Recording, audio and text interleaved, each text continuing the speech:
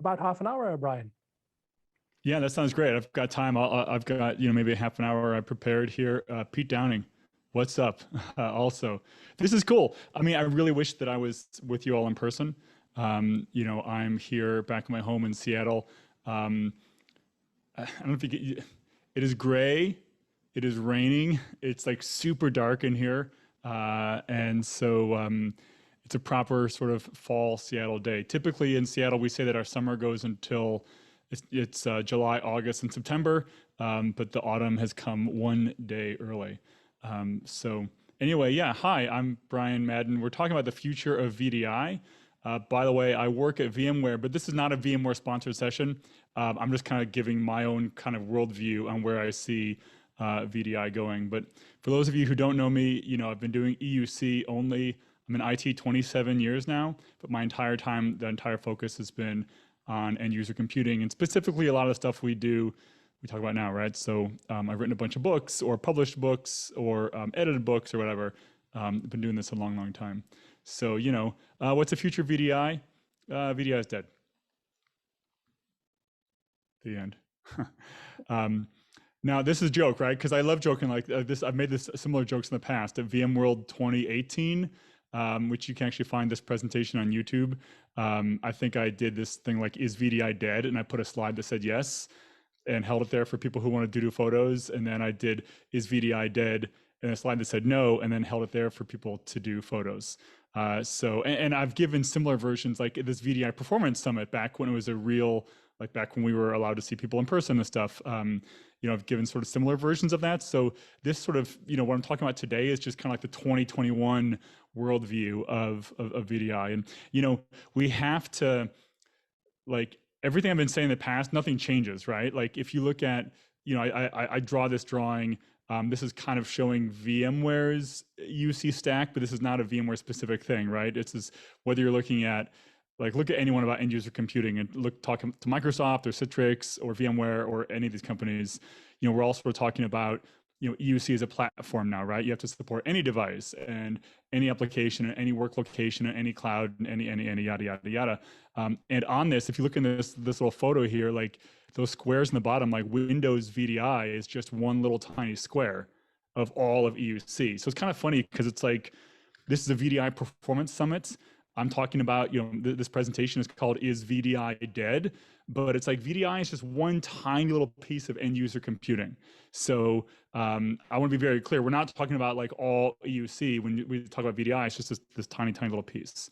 I also do want to mention, and I kind of say this again, but when I say VDI in this case, at least for today's conversation, I'm not talking about, like, I'm talking about sort of all forms of Windows remoting, right? So because VDI today can be what we would have called VDI in the past, right? Like one-to-one single user VMs where we are remoting the user interface, kind of either running on-prem, or we can talk about RDSH or, Windows 10 and multiple users per VM running on-prem. We can talk about cloud-based VMs, whether that's RDSH or VDI, which can be running on a hyperscaler cloud. We can talk about even DAS, whether it's like hosted DAS, partner hosted DAS, VMware DAS, Citrix DAS, whatever. But my point is, for this conversation today, when I'm talking about VDI, we're talking about Windows desktops and or Windows apps that are running somewhere else where you are remoting that down to the user wherever they happen to be.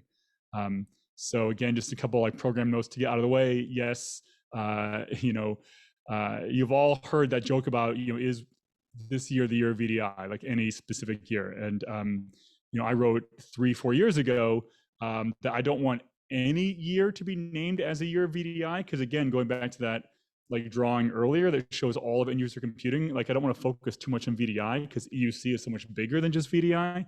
And so I'm fearful that if we call any year the year of VDI, that's going to mean that people are like maybe missing the bigger picture about what's happening at EUC. So I still stand behind that no year is the year of VDI. Now, that said, holy moly, that pandemic that we are still in now, almost 2 years on, really gave VDI a day in the sun, right? Like what I saw the same thing that you all saw, which is, gosh, like VDI, people who had on-prem VDI that grew spectacularly during the past year and a half or 2 years. we saw a lot of people buying brand new cloud hosted VDI, kind of brand new DAS, and a lot of greenfield VDI. Like a lot of people who never did VDI before, but were like, oh my gosh, all my users are everywhere, and I just need it to work like yesterday. Yeah, spinning up some VDI was pretty a common way to approach that. We have one customer that was like 38,000 desktops spun up in a weekend with a publicly hosted kind of cloud-based VDI platform. So like they went from like 0 VDI to almost 40,000 in 48 hours. Like that's nuts. But obviously, you know, VDI really saved the day during the pandemic. So which causes a lot of people to say, you know, is this finally the year of VDI? And I still say no. This is for a presentation from my VMworld last year. By the way, plug VMworld is coming up next week virtually again. And I kind of said, no. Even though, you know, VDI kind of saved the day in the pandemic, I don't say like, no, it's still not the year of VDI. Although I will admit that 2020 was as close to something called the year of VDI that we've seen. But again, I don't want to sort of go too far in that path about calling anything the year of VDI. And the reason for me for real about this is like, it's the youths. I'm 43 now, right? So I think I'm allowed to make fun of the 20-year-olds entering the workforce. Gosh, you know, these folk don't want Windows. What the youths of today want is frankly a digital workspace. Now they don't know what's called a digital workspace, but if you look at like what they want to have and the way they want to work, they want a digital workspace. And because what is a digital workspace, right? And again, this is just a generic sort of a digital workspace. I mean, it's that interface to that hardware device that you're using. Again, whether that's an iPhone or a tablet or, you know, laptop or whatever. But a digital workspace, like it's your app catalog, it's your app launcher, right? It just shows you here's all the apps you have, all the resources you have. Here's how you launch things. You know, digital workspace provides like file sharing and content collaboration. It provides like an application integration framework so you can, you know, have apps flow together, workflows, drag and drops, like common services across. A digital workspace provides single sign-on. It provides secure access to your you know, cloud-based apps, you know, secure browsing, SaaS applications. I mentioned, you know, it allows you or administrators or other people in your company to create and to run workflows. It gives you all like the settings and the personalization. Like this is what a digital workspace is, right? So if you think about when people are using their IT resources, like this is what we want, right? Nothing in here says Windows or iOS or Windows app or web app or whatever. Like it's like, no, these are like the core tenets of what I or a user would expect our IT departments to provide for us. So this is a digital workspace, which is great. And then you go back to VDI and you're like, oh, VDI is cool. Look at this horizon. You see what we did there? Like, oh, look, we've got, you know, VMware Horizon. This is the modern platform for secure VDI and app delivery. And that's great, except, like it's still Windows, right? I mean, gross. So like how modern is that when you go back to what the digital workspace is and it's like, yay, VDI, it's Windows. Okay. Like Windows has been around forever. I'm not making fun, right? Like we know, and Windows will be around forever. And we've talked about that for decades. I don't have to belabor that, but you get the point, right? Like Windows apps are around, you know, they will be around for a long, long time. If it was possible to get off of Windows apps, believe me, we would have done it like 10 years ago. So, you know, everything that's still on Windows now is going to be on Windows kind of for a long time. And Windows, of course, we as engineers, you know, desktop engineers and desktop architects have been working on this Windows desktop for a long time. And it's kind of funny because if you think about like, what is a Windows desktop? You know, a Windows desktop, it is the device hardware interface. Windows desktop is the app catalog in my start menu, the app launcher, you know, I can use it like that. Windows desktop allows me to do content collaboration, file sharing. It's an application integration framework, again, drag and drop and cut, copy and paste, and, you know, common printing services and file services. Windows is single sign-on. I sign on to Windows, and then all my apps work, and I've got context and all that kind of stuff. And, you know, Windows lets me have secure access to my web apps and, you know, secure browsing. I can create automations and workflows. It's got my user profile and all my settings and personalization. This is what Windows This is what a Windows desktop provides. Now contrast that back to what does a digital workspace provide? Wow, it's like kind of the same thing. So really, like a Windows desktop is a digital workspace. It's the version of the digital workspace we've been using for the past 25 years, right? We have a digital workspace. It's called Windows. So that's Windows, of course. So what is VDI? Well, VDI takes this digital workspace that was Windows and it adds to it the ability to access it from anywhere, from any endpoint device with like, decent security. And like, as we saw in the pandemic, like very quick deployment. So VDI fundamentally is still, even in 2021, the easiest way to package a corporate workspace and deliver it to your users anywhere on any device with decent enough security in a very quick way. So VDI is like a trendy wrapper around our existing Windows workspace, Windows desktop, digital workspace we've been doing for decades and decades and decades. And I think that's a lot of the reason why we see a lot of VDI, right? Like VDI is not magic. Well, I'll end that sentence there. VDI is not magic. VDI is taking that Windows desktop and just modernizing it and wrapping it and delivering it, which is why we are seeing lots of VDI nowadays. VDI is just lift and shift, by the way. Trendy wrapper, yes, sir. I mean, people with VDI sometimes are like, well, it's just lift and shift. I'm like, I know. That's why it works, because it's just lift and shift. It's not reinvent everything and spend 20 decades on all these giant, huge projects, which take forever. It's like, no, VDI just lets me lift and shift my existing Windows desktop and deliver it to anywhere and have these from modern benefits, right? The entire workspace, which is my Windows desktop, is now secure to anywhere. And think about the world nowadays. Gosh, networks are fast. Like we have GPUs in our Windows desktops, in our VDI desktops, right? The VDI technology is mature and it kind of like just works today. And it's funny because even if you think about VDI not working well, I mean, gosh, the cloud, the hyperscalers, look at Xbox, cloud gaming, Amazon, AWS, like the Luna gaming, Google Stadia. I mean, gosh, these are, like this is VDI for video games, right? And for all the people who are ever like, oh no, I don't know. Like, remember in the old days, it's like, I want to own my own content and own my own desktop. I want to be local. Now it's like, sure, I know and probably in this tech audience, there's a higher proportion of people who like to own their own stuff, but I use Apple Music. I pay $10 a month. I will pay $10 a month forever. And I have like all the songs I ever need forever. All content that I buy is now on Apple TV or it's on Netflix, and I don't own it. I stream it. It's available sort of always, right? And the same is now happening with video games. And trust me, if you can play Halo via essentially what's VDI, it's going to be fine for your Excel spreadsheet. Trust me. So the technology is like very mature. It's very proven, and it just works. So if we look back like and reflect on VDI and kind of where we are today, it does just work, right? Yes, using VDI to extend the traditional Windows desktop, that actually works. But the question is VDI truly transformational, right? Because with VDI, it's my same desktop, it's the same applications, it's the same Windows environment we've been having for 20 years. It's not transformational, frankly. As I said, it's just lift and shift.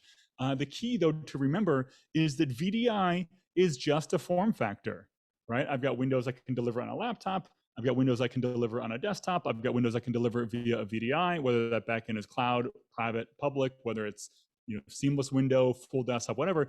VDI at the end of the day is just another form factor for Windows, but VDI itself is not fundamentally transformational. VDI is just delivering the new form factor of the existing Windows. So what does that mean for the future of VDI? The future of VDI, I do believe, though, is very bright, even though it is just a form factor and non-transformational. And to look at the future of VDI, I need to pause for a sec and look at like the end user computing landscape in general. And let me just say, here's what I'm calling this slide, the pandemic UC hyper evolution. So let's unpack that. Like, so end user computing, what happened like during the pandemic, we got the evolution of end user computing, but like on a hyper speed.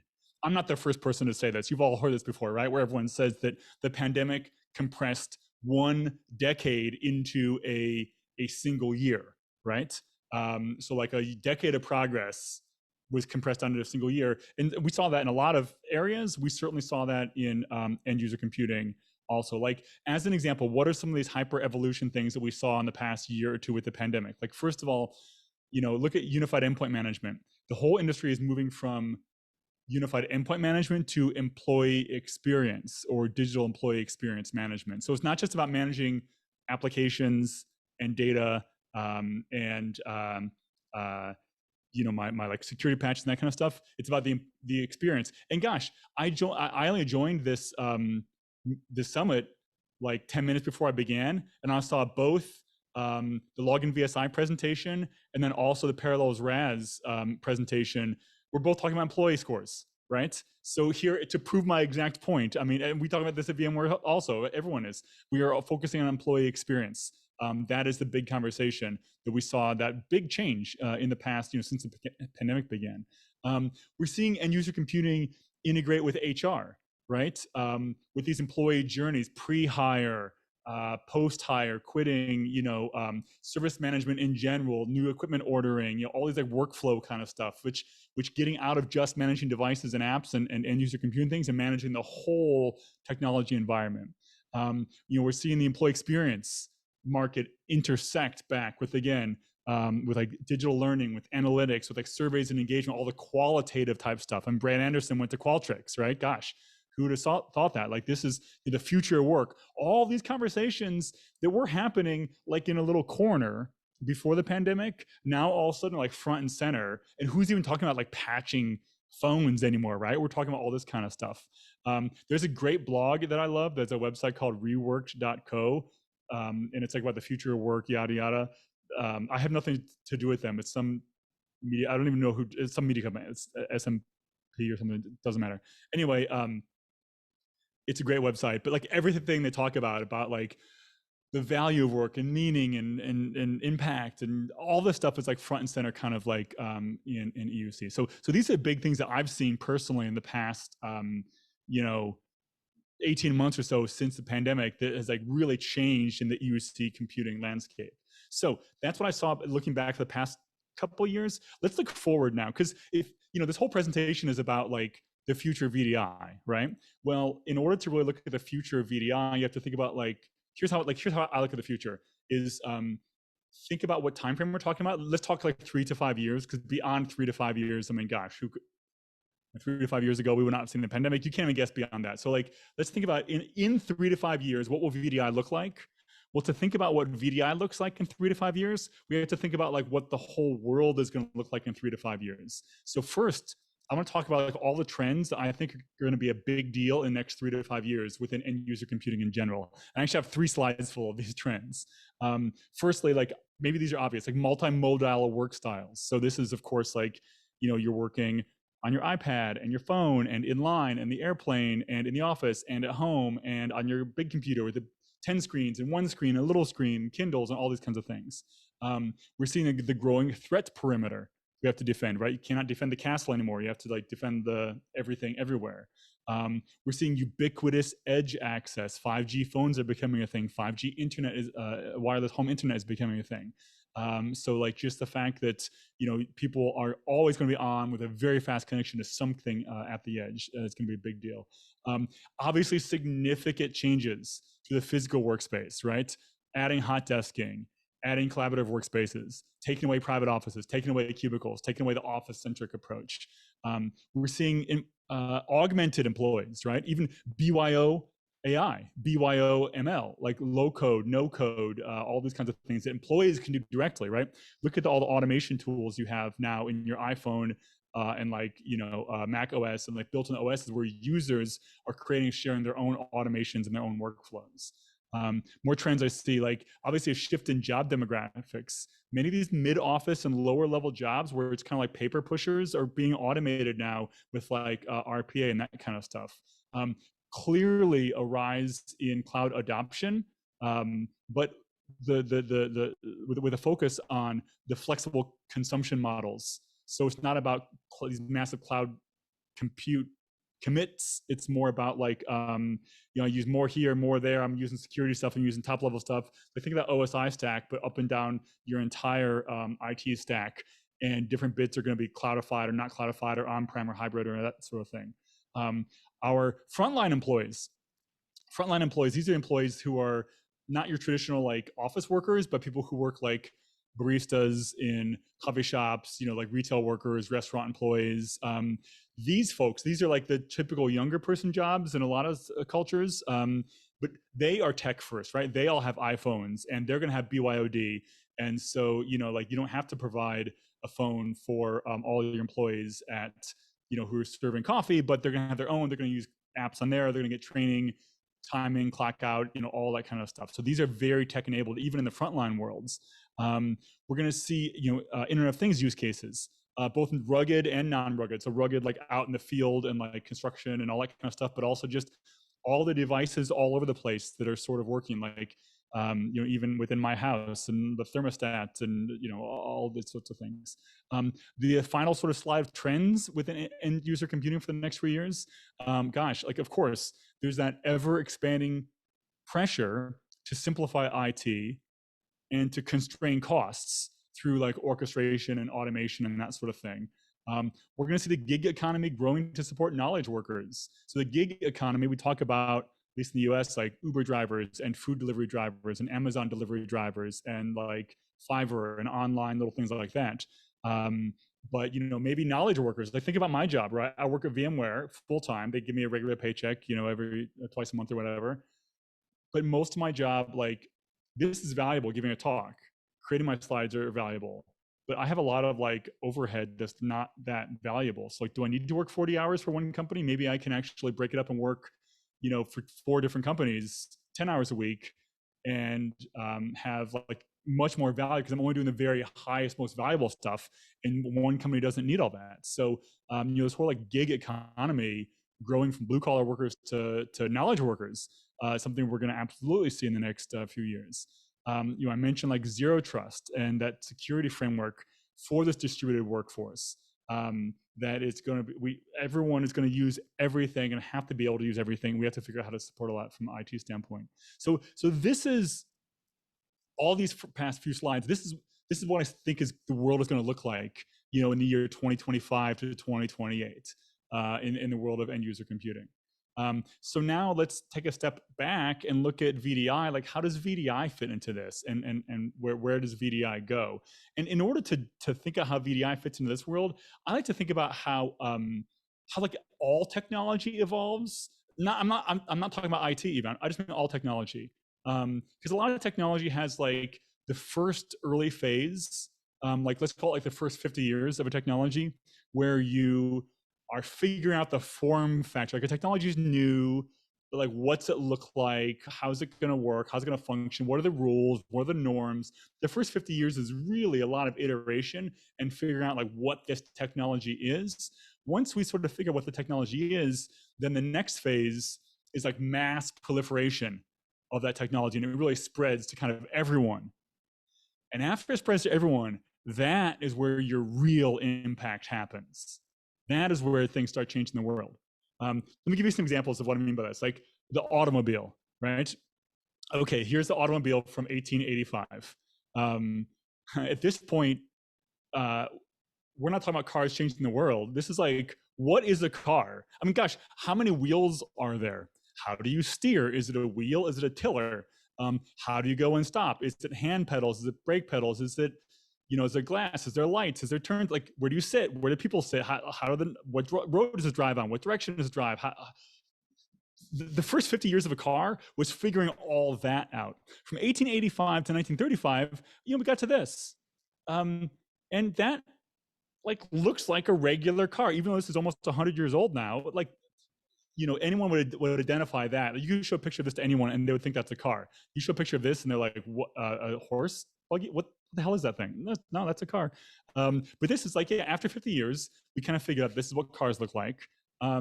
And we have standardized what a car looks like. Well, now that we've standardized what a car looks like, what does that mean? What are the second order effects that happen once everyone has a car? Now we get things like suburbs. We get things like superhighways. We get things like road trips. We get things like, resort towns and motels. We get teenage freedom to go out and make trouble in the world. These are all the things. We get bedroom communities. We get commutes. We get corporate offices. All of these things only happened after everyone had the car. It didn't happen while people were trying to figure out what a car was. It happened after we had the car, after we all had cars. The same thing happened with airplanes. This is the first airplane. Okay, this is a very US-centric approach. I know. I think the first airplanes actually came out of France, and the Wright brothers ripped it off there. I recognize that, but here we go. But in this early airplane days, we had like trying to figure out what an airplane is. It was wood and fabric and all these different crazy wing configurations. Are the wings in back or front? How many wings are there? All this kind of stuff. Well, 50 years later, we went from this to the Boeing 707. And again, ask your mom, this is an airplane. This is like, I don't know what that is, but this is an airplane. And most people can't tell the difference between this and the 787 that they wrote on yesterday. So we have standardized what airplanes look like. We've made it so everyone has access to airplanes in the first 50 years. Then in the next 50 years, what happens? Because everyone's standardized on airplanes, we get business travel. We get hotel chains. We get Las Vegas, right? We get VM worlds. We get leisure travel. We get the ability to like move very far away from your loved ones and live in different countries and half way around the world. Airplanes let us have Disney World. Airplanes let us have just-in-time shipping, global supply chain integration, Amazon Prime. Like you think it and it shows up at your door 5 hours later. That was all because of airplanes. Now again, back when people were designing those original airplanes forever ago, people didn't know that this was what airplanes were sort of all about. But that's what happened after we proliferated everything. So the same is true, again, like phone calls. 1974, it made calls. Go here now, fly sushi in Kansas, exactly. 40 years later, we have this.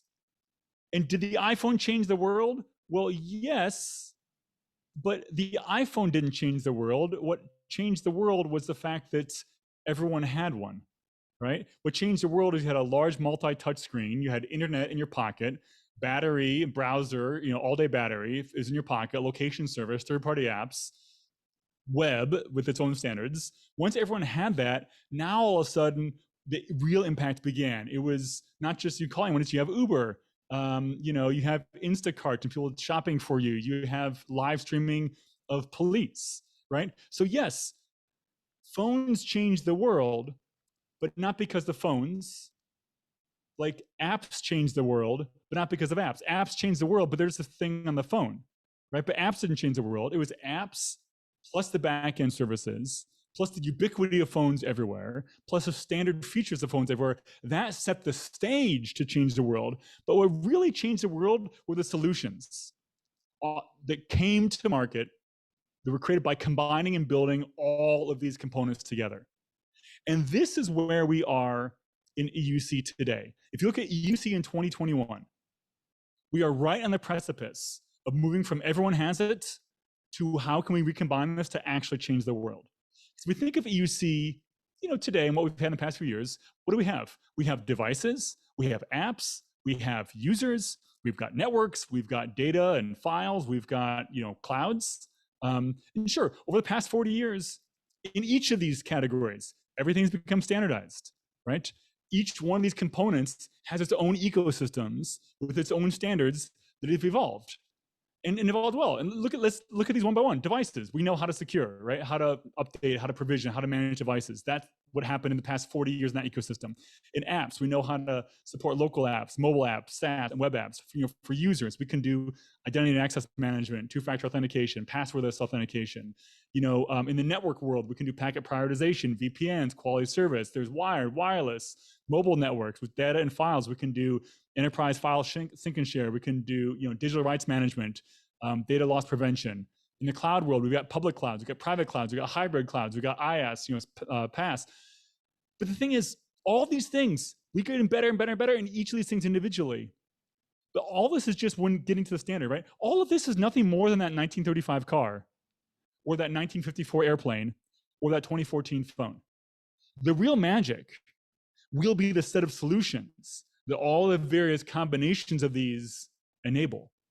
And if you take a look at this, again, all the components of end user computing, these are the individual things of today, right?